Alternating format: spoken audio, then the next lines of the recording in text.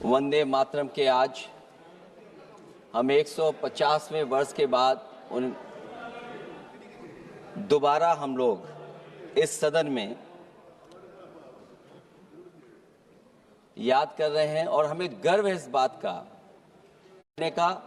एक माध्यम बनाता था वो वंदे मातरम के गाने पर। आज जब 150 वर्ष हो रहे हैं, मुझे बोलने का मौका मिला, उसके लिए मैं आपका बहुत बहुत आभार और धन्यवाद देता हूं। ये वंदे मातरम जिस तरह के हमारे पूर्व में कांग्रेस पार्टी के नेता गौरव गोगोई ने जो बात रखी, उस भावना से जुड़ता हुआ और वंदे मातरम की भावना से जुड़ता हुआ जिस समय कलकत्ता के कांग्रेस के अधिवेशन में रविन्द्रनाथ टैगोर जी ने गीत गाया, उसके बाद लोकप्रियता इसकी आम लोगों के बीच पहुंच गई। और जब कभी भी लोगों को अंग्रेजों के खिलाफ लड़ना होता था तो यही वंदे मातरम का नारा दे करके लोगों को जोड़ने का काम करते थे। हमारा कोई भी आंदोलन रहा हो, स्वदेशी आंदोलन रहा हो, उसमें भी हम लोग इसी नारे के साथ चले। वंदे मातरम को लेकर के हम लोग इतना देश को एकजुट कर दिए कि अंग्रेज घबराने लगे। और जब अंग्रेज घबराने लगे तो जहां कहीं भी वो देखते थे कि ये नारा लग रहा है, वहां पर देशद्रोही का कानून लगाकर लोगों को जेल भेज देते। ये भी इतिहास है कि जिस समय बंगाल में बच्चों ने गाना गाया, इस गीत को अपने क्लासरूम में गाया, उस समय भी अंग्रेजों ने उनके खिलाफ मुकदमा लगा के उन्हें जेल भेजने का काम किया। ये वंदे मातरम अंग्रेजों ने बैन भी कर दिया। 1905 से लेकर के 1908 तक बैन कर दिया गया। और बैन के बाद भी लोग माने नहीं, हमारे क्रांतिकारी लोग माने नहीं और वंदे मातरम को हमेशा उन्होंने अपने दिल और दिमाग में रखा और जनता के बीच में इस आंदोलन को आगे बढ़ाते रहे। सभापति महोदय, जो हमारे सत्ता पक्ष के लोग हैं वो हर चीज को ओन करना चाहते हैं। ये 150वें वर्ष में जब हम वंदे मातरम याद कर रहे हैं, बंकिम चंद्र चट्टोपाध्याय जी को हम याद कर रहे हैं कि उन्होंने इतना महान गीत हमें दिया है। सत्ता पक्ष के लोग समय समय पर हमें देखने को मिलता है कि जो महापुरुष उनके नहीं हैं या जो चीज उनकी अच्छी नहीं है, उनको वो ओन करना चाहते हैं। 150वें वर्ष वंदे मातरम, मैं अभी वो बात कहूंगा और मैं बात कहूंगा और हमारे मंत्री जी उसका जवाब देना। सभापति महोदय, क्योंकि ये बात ओन करने की आ रही है, अपनाने की बात आ रही है, तो मैं सभापति महोदय, मैं अपने सत्ता पक्ष के लोगों को याद दिलाना चाहता हूं। सत्ता पक्ष के लोगों की जो पार्टी आज है, भारतीय जनता पार्टी, जिस समय गठन हो रहा था, हमारे मुंबई और महाराष्ट्र के लोग जानते होंगे कि जिस समय गठन की चर्चा थी, उस समय आपके जो अध्यक्ष चुने गए थे, उनको जो भाषण देना है उस पर भी बहस चल रही थी। और बहस इस बात की थी कि भारतीय जनता पार्टी सेकुलर रास्ते पे जाएगी, सोशलिस्ट रास्ते पे जाएगी कि नहीं जाएगी। तमाम विरोध के बाद भी उस समय के उनके राष्ट्रीय अध्यक्ष जो चुने गए थे, उन्होंने वही रास्ता अपनाया अपने भाषण में। समाजवादी आंदोलन, समाजवादी विचारधारा और सेकुलर रास्ता अपनाया। और वही नहीं, जो उनका मंच था उसमें जयप्रकाश जी की तस्वीर लगा करके भी उन्होंने लोगों को ये भ्रम फैलाने की कोशिश की कि जेपी के रास्ते पर भारतीय जनता पार्टी चलेगी। बताएं माननीय मंत्री जी, आप कितने सेकुलर हैं आज, कितने सोशलिस्ट हैं आज? अभी गौरव गोगोई जी ने ठीक कहा, इंडिगो का हवाई जहाज उड़ नहीं रहे कि उड़ाए नहीं जा रहे हैं। उड़ाए नहीं जाए। और क्या बात कही गई थी हवाई चप्पल। कि गरीब भी उसमें चल सकेगा। इसलिए सभापति महोदय, मैं बात दूसरी तरफ नहीं ले जाना चाहता हूं। वंदे मातरम सिर्फ गाने के लिए नहीं है, निभाने के लिए भी होना चाहिए।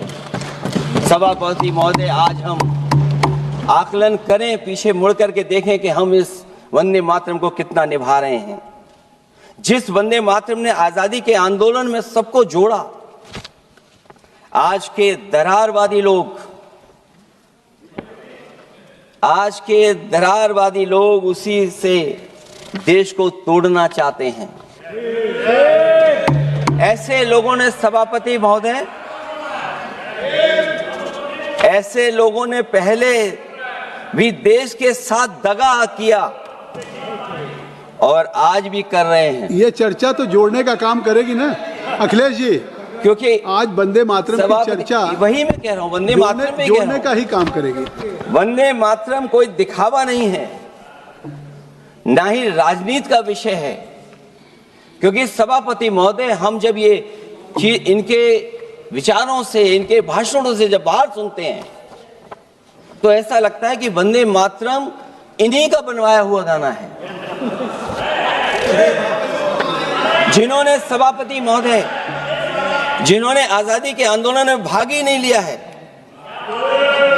वो वंदे मातरम का महत्व क्या जानेंगे। सच तो ये है कि सरफरोश लोग वंदे मातरम दिल से बोलते थे। उन आजादी के दीवानों के खिलाफ कुछ लोग अंग्रेजों के लिए जासूसी और मुखबिरी का भी काम करते थे। दरअसल ये राष्ट्रवादी नहीं बल्कि राष्ट्र विवादी लोग हैं। जहां विवाद करना हो, कभी अंग्रेज विवाद कर करके, डिवाइड कर करके, डिवीजन कर करके राज किया करते थे। सभापति महोदय, आज भी वही रास्ता कुछ लोग अपना रहे हैं। वो डिवीजन का रास्ता अपना रहे हैं, डिवाइड का रास्ता अपना रहे हैं, दरारवादी रास्ता अपना रहे हैं। इनका इतिहास खंगाला जाए कि इन्होंने आजादी के पहले और आजादी के बाद वंदे मातरम क्यों नहीं गाया। ये सभापति महोदय, आज जब हम वंदे मातरम पे इतनी चर्चा कर रहे हैं, जिस भाव से हम लोग यहाँ बैठे हैं, कम से कम ये भी खंगाला जाए इतिहास में कि वंदे मातरम कुछ लोगों ने कब गाया। उन मुखबरों से ये सवाल पूछा जाए कि स्वतंत्रता के बाद भी उन्होंने अपना गीत क्यों बनाया। उनकी एक रंगी सोच ने तिरंगा क्यों नहीं फहराया। वंदे मातरम सियासत के झूठे राष्ट्रवादियों के लिए नहीं है। गलत लोगों की गलत मंशा पूरा देश समझता है और केवल यही नहीं ओन करते हैं। कभी कभी भारत माता का जो चित्र है, जो पेंटिंग कभी बंगाल के महान लोगों ने बनाई थी,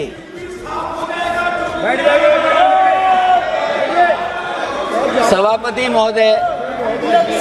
महोदय, इनको देख लीजिए और फिर बैठो। सभापति महोदय, राजभर जी आप बैठिए, आपके नेता बोल रहे हैं। सभापति महोदय, वंदे मातरम का भाव ये भी था कि कम्युनल पॉलिटिक्स नहीं चलेगी और कम से कम हमारे उत्तर प्रदेश के साथियों ने कम्युनल पॉलिटिक्स को अंत किया है वहां पर जहां से कभी इन्होंने शुरू की थी।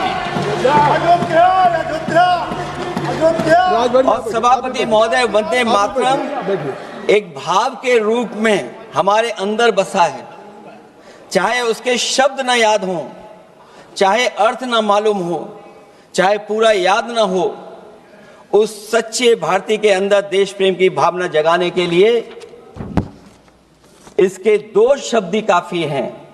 जो सच में देश की एकता और अखंडता चाहते हैं, जो भाईचारे को बुनियाद मानते हैं, उनके लिए दो शब्द भी पर्याप्त हैं जो इस वंदे मातरम से हमें मिलते हैं।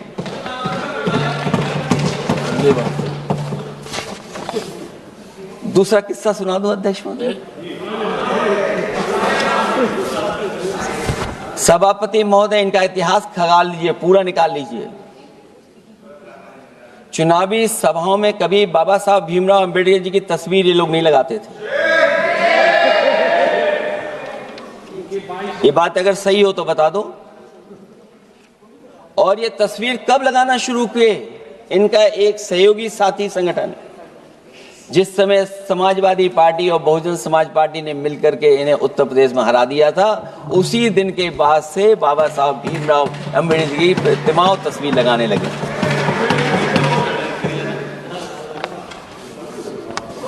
इसलिए सभापति महोदय, ये वंदे मातरम केवल गीत नहीं है, गीत के साथ साथ आज हमें ऊर्जा भी देता है। उस समय क्रांतिकारियों को ऊर्जा मिलती थी, एकजुटता का नारा था, हम साथ लेकर के चल रहे थे सबको, और देश के सभी लोगों ने जाति धर्म को भुला करके एक साथ मिलकर के वंदे मातरम के सहारे अंग्रेजों को भगाने का लगातार कोशिश की। और अंतर्गता परिणाम ये हुआ कि जब देश जागा, वंदे मातरम के साथ साथ जय हिंद का नारा, इंकलाब जिंदाबाद का नारा लगा करके अंग्रेजों को इस देश से भगाने का काम किया। आज सभापति महोदय, जब हम चर्चा कर रहे हैं, हम कैसा देश बनाना चाहते थे और किस दिशा में हम लोग देश को ले जा रहे हैं। सभापति महोदय, मुझे अच्छा लगा कि प्रधानमंत्री जी ने वो बात याद दिलाई कि अंग्रेजों के जमाने में अगर बच्चे भी वंदे मातरम गा देते थे तो उन्हें देशद्रोही के कानून से जेल भेज दिया जाता था। आज जब हम आजाद हो गए हैं तो आज देखिए उत्तर प्रदेश में क्या हो रहा है कि जो प्राइमरी स्कूल है वो बंद किए जा रहे हैं। 26,000 से ज्यादा स्कूल बंद हो गए। और जब बच्चों को पढ़ाने के लिए हम लोगों ने जिम्मेदारी उठाई, पीढ़ी के समाज के लोगों ने जागरूक होकर के पढ़ाने की कोशिश की, तो कभी अंग्रेजों ने मुकदमा लगाया था बच्चों पर देशद्रोह का। आजादी के बाद भारतीय जनता पार्टी की सरकार ने वहां पर मुकदमे उन पे लगाए जो पढ़ने गए और जो पढ़ाने गए। तो इसलिए वंदे मातरम का भाव जो था, उसी भाव से जुड़ करके हम सब मिल करके इस देश को और मजबूत करें। यही हमारी भावना है, यही हमारी सदस्यों की भावना है। जब हम 150वें वर्ष में याद कर रहे हैं तो वहीं हम ये याद करें कि जिस भावना से वंदे मातरम को हम लोगों ने देश के सामने गा गा करके अंग्रेजों को भगा दिया, ये देश कैसे मजबूत हो, एकजुट कैसे हो, बिना भेदभाव के, और संविधान से कैसे चलें, क्योंकि ये संविधान से ही मिला हुआ हमें गीत है। इसलिए इस गीत के माध्यम से हम किसी पर टिप्पणी और किसी पर थोपने की कोशिश न करें और न किसी पे दबाव बनाने की कोशिश करें। आपका सभापति जी का बहुत बहुत धन्यवाद। डॉक्टर